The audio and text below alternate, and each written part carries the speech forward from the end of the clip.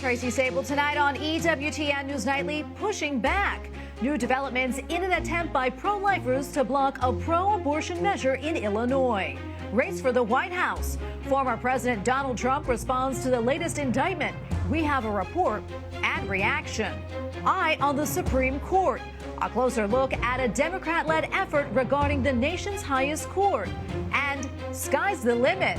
Learn more about a Catholic school's efforts to address the shortage of pilots. These stories and more tonight. From EWTN, the Global Catholic Network, this is EWTN News Nightly. Thank you for being with us on the Feast of St. John Vianney. Our top story tonight, a federal judge blocks a new law in Illinois that could have infringed on pro-life pregnancy centers. The Thomas More Society says that it sends a clear message to the country that the First Amendment protects pro-life speech. But the Biden administration and the Democratic governor of Illinois continue to push a pro-abortion agenda. White House correspondent Owen Jensen reports. Tracy, Vice President Kamala Harris is back in Washington today after traveling to the Midwest yesterday, where she once again blasted the Dobbs decision. And her ally in Illinois, the governor there, wants to make it easier for women to get an abortion. Vice President Kamala Harris not only talked about infrastructure investment in Wisconsin, but also abortion. She told people at a campaign fundraiser the Dobbs decision that overturned Roe v. Wade was part of a full-on attack against fundamental rights and freedoms and liberty. And just this morning, Illinois Governor Jamie Pritzker bragged about his state's abortion outreach. And in Illinois, we are an oasis. If you look at the map, every state around us has outlawed abortion, and we're the ones who are protecting it. That's why we're seeing an influx of patients. But Illinois Right to Life says pro-abortion groups use the rare instance where the life of the mother is at risk to paint abortions as a whole as a medical necessity for a woman, adding, abortion providers know that the political movement supporting abortion will only drive their profits even higher. Meanwhile, after a whirlwind court appearance where former President Donald Trump stood as a defendant, accused of orchestrating a conspiracy to overturn the 2020 election and pleading not guilty, at the airport he told reporters it was a very sad day for America. This was never supposed to happen in America.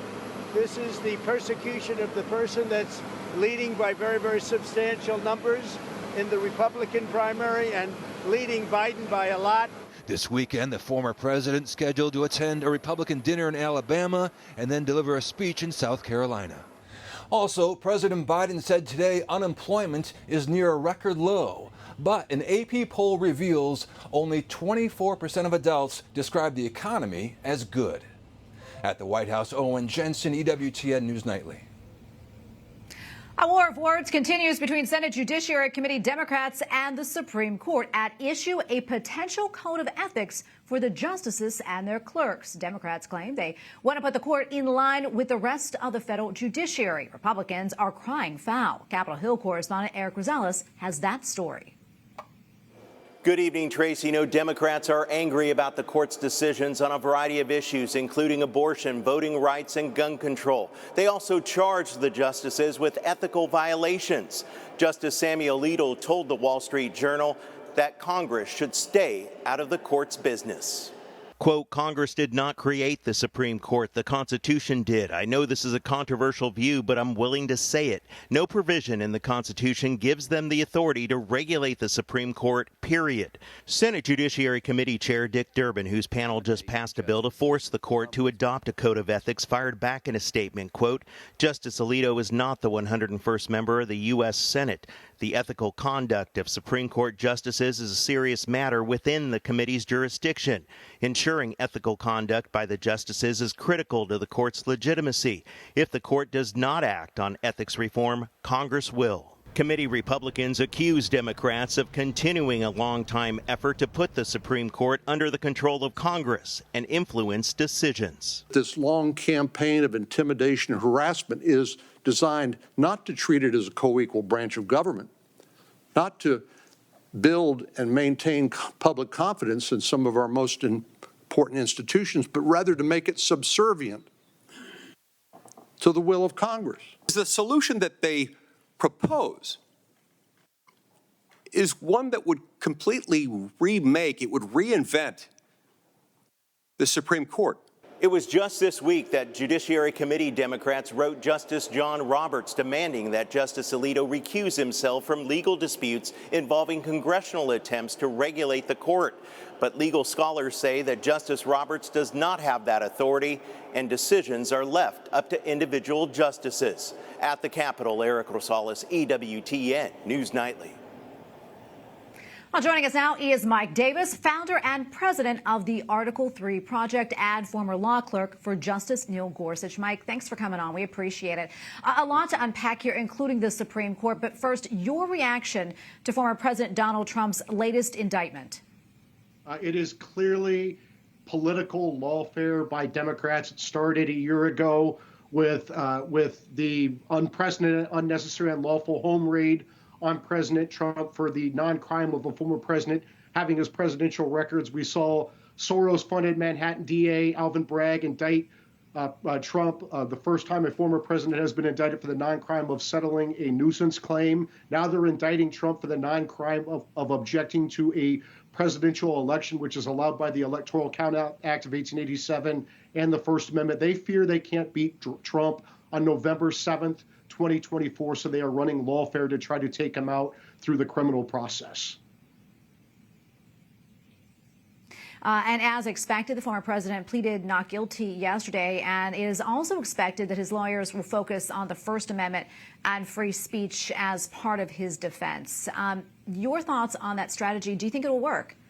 It will absolutely work, ultimately, with the Supreme Court. The problem is that you have this Garland special counsel, Jack Smith, an Obama judge who's a hardcore leftist, and a D.C. Democrat jury pool, 95% against Democrat, 99% against Trump. There's no chance Trump's going to get a fair trial with this D.C. courts. There's no chance that Trump's going to get a fair appeal with the D.C. Court of Appeals. That's Obama stacked. This will ultimately have to get resolved by the Supreme Court of the United States. The Supreme Court will definitely rule in his favor on First Amendment grounds. But the problem is that they're going to interfere in the 2024 election in the process. So that's why it is so important for people to put President Trump back in the White House and this lawfare ends. Mike, I want to switch gears here. As Eric reported, there has been some back and forth between Senate Democrats and the Supreme Court regarding a code of ethics. You were a clerk for Supreme Court Justice Neil Gorsuch, as we mentioned. What do you think of the Democrats' claims, and how do you see this all playing out?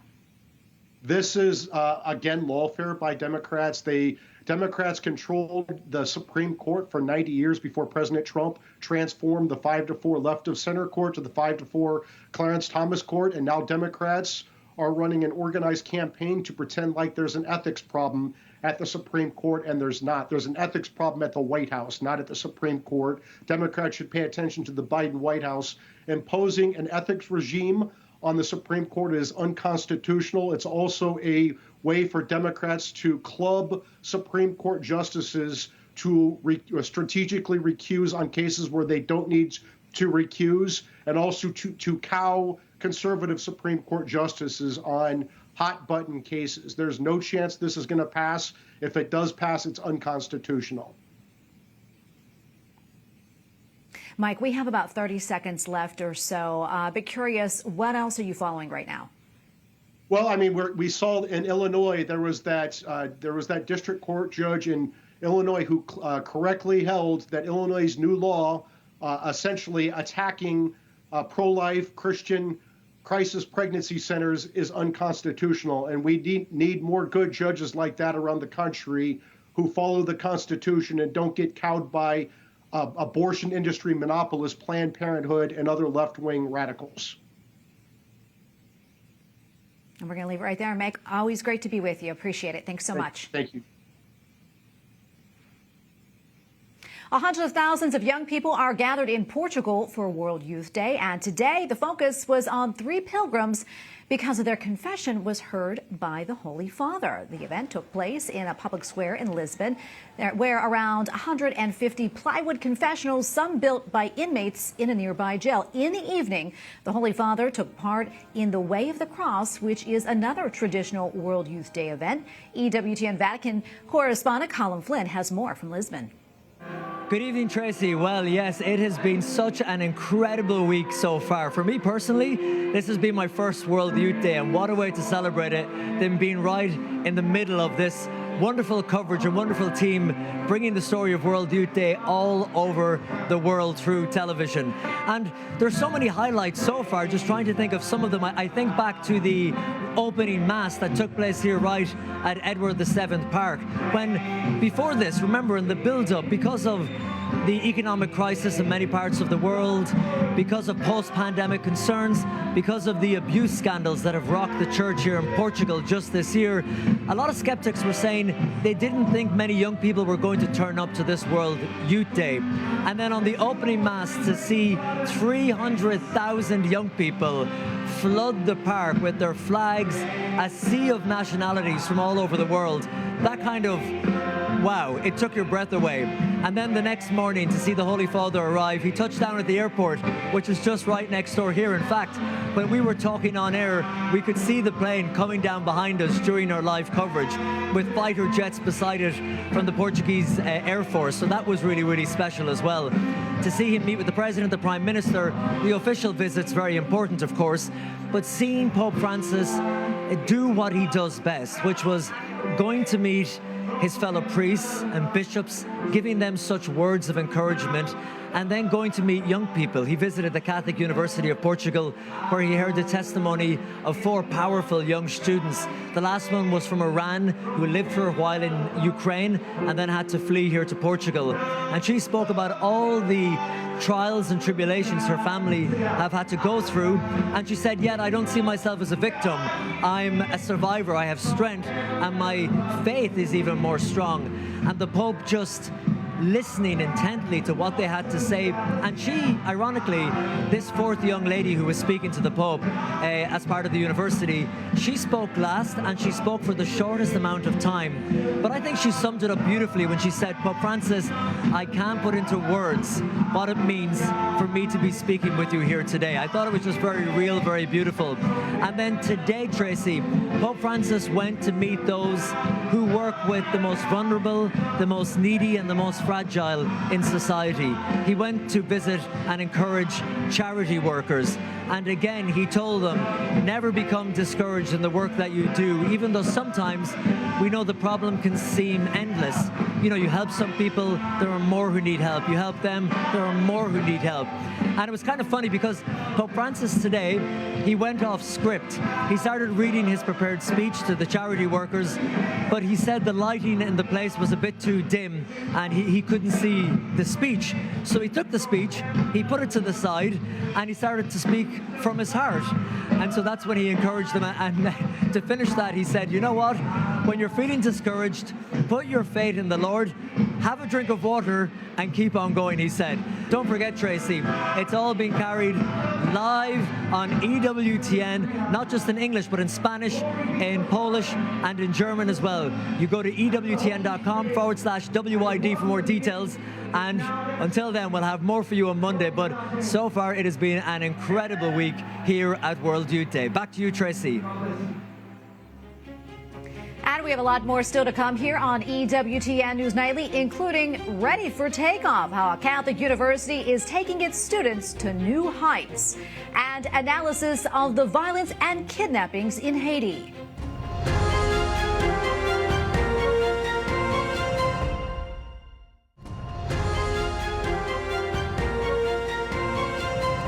Members of an aid organization in Haiti are protesting the recent kidnapping of an American nurse.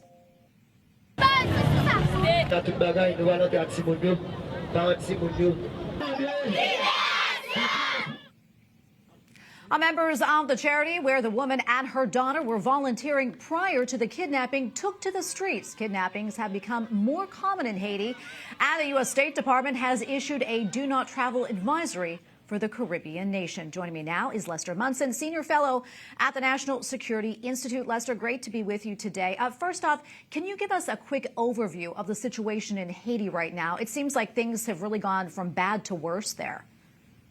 Right. Well, a lot of this began a couple of years ago when the president of Haiti was assassinated.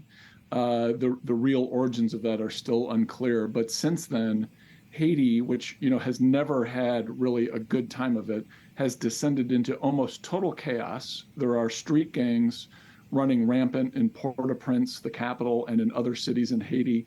And really the violence level has increased. The instability is off the charts. And there's really almost zero remnants left of a democratic government in that country. Every single elected official at the national level is gone. Their terms expired. There have not been elections. So there's a political crisis. There's a security crisis. And now we're seeing this chaos reach out to even Americans who are visiting in Haiti. The situation really is becoming more tragic by the day. Yeah, and as you mentioned, I mean, kidnapping is really rampant there, too, and getting worse as well. It's estimated that about 1,000 kidnappings have occurred since the start of this year. Lester, what is fueling this increase in kidnappings? Well, there's just no rule of law in Haiti, right? So if you've got a gun and some friends and you're willing to commit crimes, you're going to be in charge of your block or your neighborhood or your little area of Haiti. There is no governmental structure. For a time in the last few months, there's actually been citizens organizing themselves in kind of what we might call a posse comitatus situation and taking the law into their own hands and enacting what they see as justice against these street gangs. That has now kind of waned, and we're seeing the street gangs resurgent again with these kidnappings. And of course, we're in part paying attention because this American woman and her daughter have been kidnapped, and it is a tragic situation. But that's just one episode of many in Haiti. As you say, there's been 1,000 this year. It's really a very, very dire situation. Yeah, and we also know that these gangs are going after religious groups. I mean, the nurse that we just mentioned, she is a Christian missionary, and the gangs have also attacked the Catholic Church across the country, including setting fire to a cathedral. That said, I mean, what's the purpose of targeting religious groups or the church? What's at play here? Well, there's some diversity there in Haiti, theologically speaking. A little more than half the country is Catholic, about a third is Protestant. There's also a significant number of people who practice what we might call voodoo, some of these practices get mixed together in there's kind of a mixture that a lot of folks in Haiti are following. So I'm not deep enough into the weeds in Haiti to tell you what the theological background might be for some of these attacks, but I suspect it's yet another way for folks on the ground in Haiti to differentiate themselves from each other and try to, kind of assert their will against groups that might be perceived as different from them. So if it's non-Catholic groups against Catholic groups or Christian groups against non-Christian groups, that's one of the consequences of the lack of rule of law in Haiti is that almost any other organizing principle is going to find someone who's going to put a gun behind it and try to enforce their will. And so without any kind of governmental authority, it's a little bit inevitable that this is going to happen. Yeah, it's so sad to hear. Such a dire situation. Any hope at all for Haiti, do you think, Lester? Well, there's been some talk about an international peacekeeping force. This has been going on for quite some time. Frankly, I would say the Biden administration needs to be a little more aggressive here and really find a way to play a leadership role here. The Biden administration was pushing for Canada to lead a peacekeeping force in Haiti, which would bring some stability. Canada appears to be unwilling to do it. The administration now turning to Kenya to play a leading role in this peacekeeping mission. Kenya's a little reluctant, but they might be willing to do it. But it's long overdue to get some sort of stabilizing police force in Haiti to stop the killing and start to begin to regrow a legitimate, democratically elected government and restore some order to this society. Lester, thank you so much for coming on, and we really appreciate your insights. Thanks so much. My pleasure. Thank you.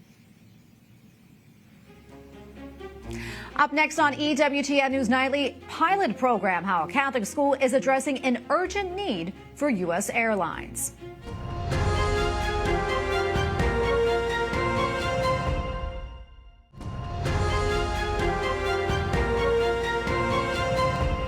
Tonight on EWTN News in Depth at 8 p.m. Eastern, former Vice President Mike Pence sits down with Armanzi Alvarado for the first in a series of EWTN interviews with the 2024 presidential candidates. But I think if we can secure our border, if we can resolve some of these issues with principle and compassion, I think the next president of the United States will have an opportunity to fix a broken immigration system once and for all.